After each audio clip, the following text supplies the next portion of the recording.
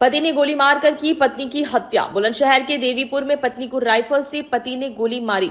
बेटे का आरोप कि मेरे पापा का बड़ा भाई शराब पिलाता, शराब के नशे में। वही बेटे का आरोप यह भी है कि मेरी मां ने अपनी ज्वेलरी मांगी थी दीपावली के पावन अवसर पर पहनने के लिए। वहीं मेरे तू के भड़कने पर मेरे पिता ने मेरी मां को राइफल से मार गिराया। मृतक महिला के बेटे का कहना है कि मेरे घर में मम्मी पापा में लगातार झगड़ा चल रहा था क्योंकि मेरे पापा नशीला पदार्थ लेते थे। उसके बाद मेरी मां के साथ मार पिटाई सुबह शाम करते थे।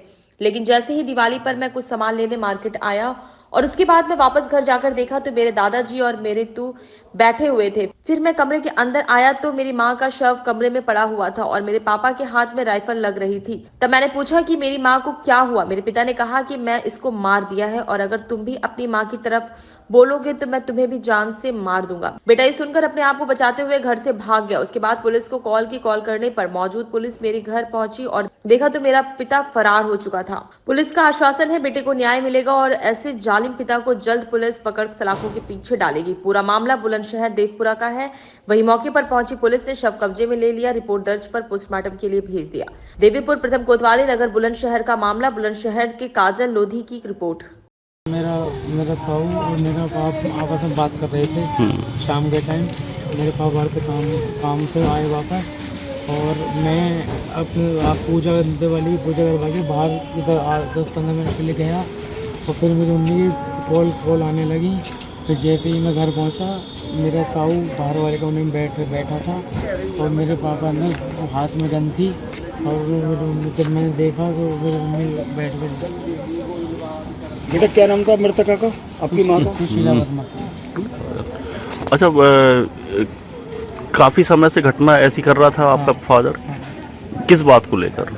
वो शराब पी कर यही करते थे, काफ़ी बार हो चुका। पहले धमकी देते थे मार देंगे पहले, पर मुझे लगता था कि शराब पी के इंसान ऐसे उल्टा सीधा बोलता रहता है तो मुझे कहता था छोड़ मत दो इन पर।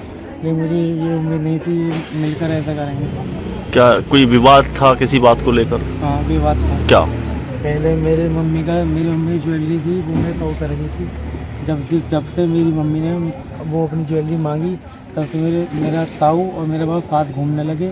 मतलब उससे पहले उनकी बिल्कुल नहीं बनती थी। मुझे ताऊ ने मेरे बाप को भड़का कर शराब पिला कर पैसे दे देकर घुमा कर साथ में ये करवाया। तो जैसा बता वो उनको बस वही भड़काया गया था फालतू में। वो फ़ोन चला रही है, मौसी से बात कर रही है तब भी वो ये ऐसे करते थे शराब पी के। मामी से बात कर रही है तब भी ऐसे करते थे वो शराब पी के। हाँ वो बस ऐसे ही मैं ताऊ ने चढ़ा के ये सब ऐसे करते थे। क्या नाम है आपका? हिमांशु वर्मा। ठीक। सही पूछ लो, घटना क्या हो गई? इन्होंने शराब पी रखी, 4-10 हजार है, दोनों में झगड़ा हो गया होगा। तो काय से गोली मारी थी? कितनी गोली चलाई? एक से ही रात एक बचरी है, सिर में लगवाई। कौन कौन थे घर में उस टाइम?